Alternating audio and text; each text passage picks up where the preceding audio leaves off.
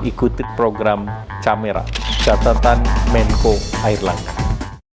Kalau misalnya dari sisi DPR-nya tentu kita berharap semua subsidi ini bisa tepat sasaran.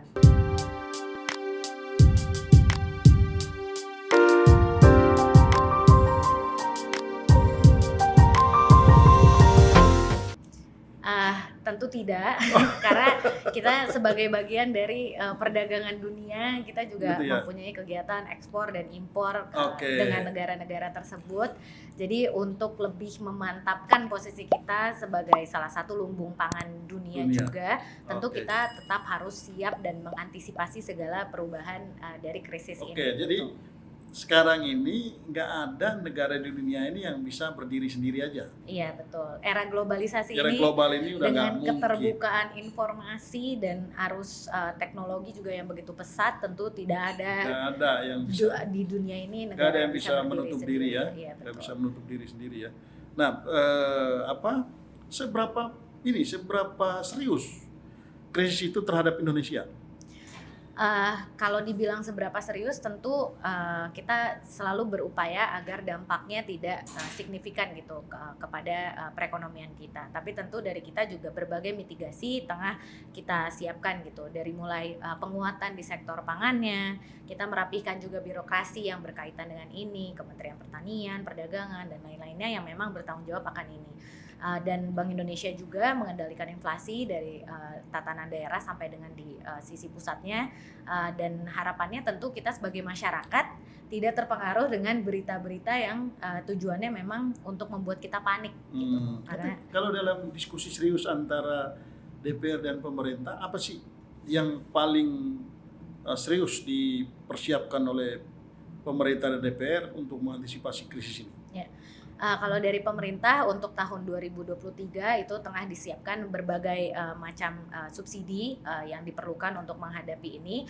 Kalau misalnya dari sisi DPR-nya tentu kita berharap semua subsidi ini bisa tepat sasaran. Makanya kita melihat sekarang banyak perubahan reformasi yang dilakukan di kementerian supaya data penerimanya tepat dan penyalurannya juga tidak diselewengkan oleh orang-orang yang tidak bertanggung jawab gitu.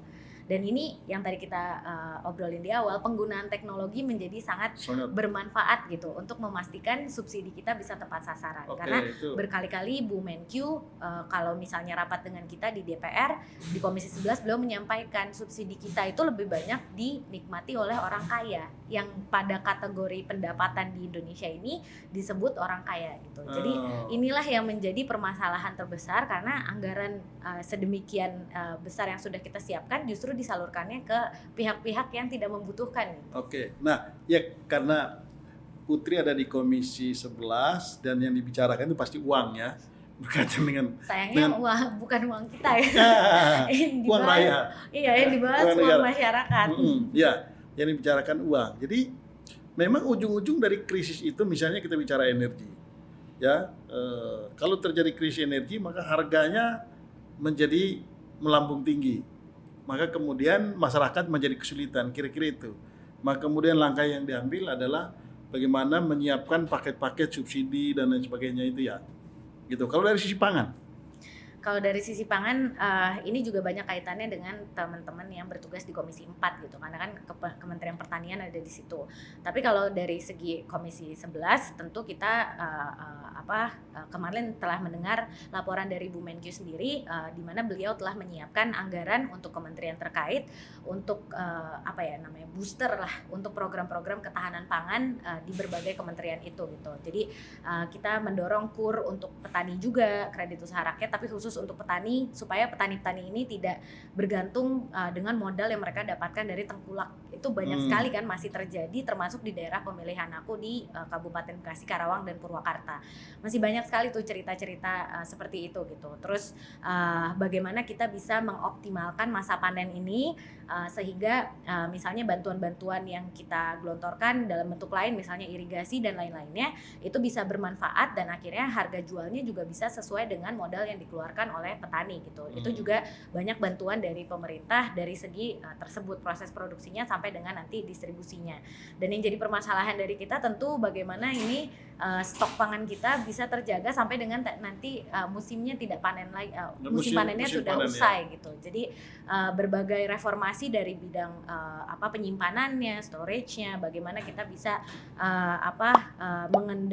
menggunakan industri UMKM kita untuk mengolah semua suplai pangan yang kita punya ini supaya bisa bertahan sampai dengan nanti ketika tidak musim panen lagi, itu juga sedang digalakan gitu. Jadi memang end to end proses ini yang sedang dilakukan oleh pemerintah supaya nanti ya saya sama Mas Sebastian ini bisa tenang ketika datang ke supermarket, ke pasar-pasar, kita mau belanja barangnya tersedia, tersedia dan harganya juga tidak melambung tinggi. Ya, jadi itu jadi berita gembiranya pemerintah bersama DPR sudah memikirkan dan mengantisipasi ya akibat atau dampak dari krisis yang disebabkan oleh perang Rusia Ukraina, sehingga tadi barangnya tersedia, harganya terjangkau. Dan kita tentu sangat berdoa semua inisiatif yang dilakukan oleh Presiden Jokowi kemarin dengan mendatangi kedua pimpinan dari kedua negara yang berperang itu berhasil. Bisa berhasil. Betul, jadi ya perangnya tidak usah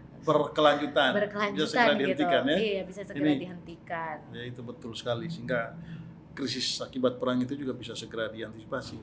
Meskipun efeknya itu kan nggak bisa langsung kita stop begitu saja gitu. Begitu perangnya selesai otomatis krisisnya nggak juga, karena untuk merecovery itu prosesnya panjang. Ya.